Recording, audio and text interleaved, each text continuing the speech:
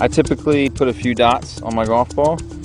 I put one dot above the tee, I put one dot below the tee, and one dot below the number. And then sometimes I will put a line on the ball, and I typically draw it myself. It just adds a little bit something else to be different from anybody else. But even though a lot of guys use the line, I don't always do that.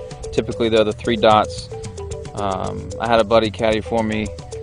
It's been 6 years ago, and I told him to mark the ball, and that's the way he did it, and we won that week. So I've done it since. So I might change it up, but as for now, it's worked for me. Was it a PGA Tour event that you won? Yeah, I won the Viking Classic down in Jackson, Mississippi, and that was the way I marked it, and I've done it since. Cool.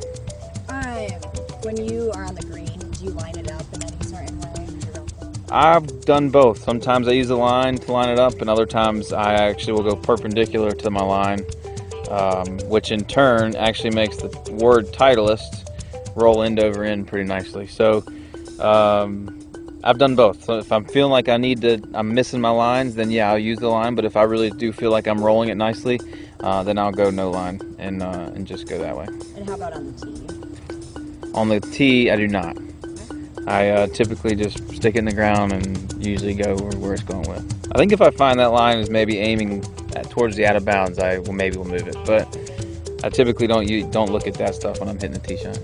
Good stuff. Do you have any golf ball superstitions? Any certain numbers you play?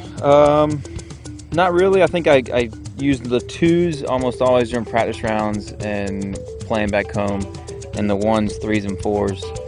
Those are the ones I play with in the tournament. For some reason, I have no other reason other than that's just what I typically do.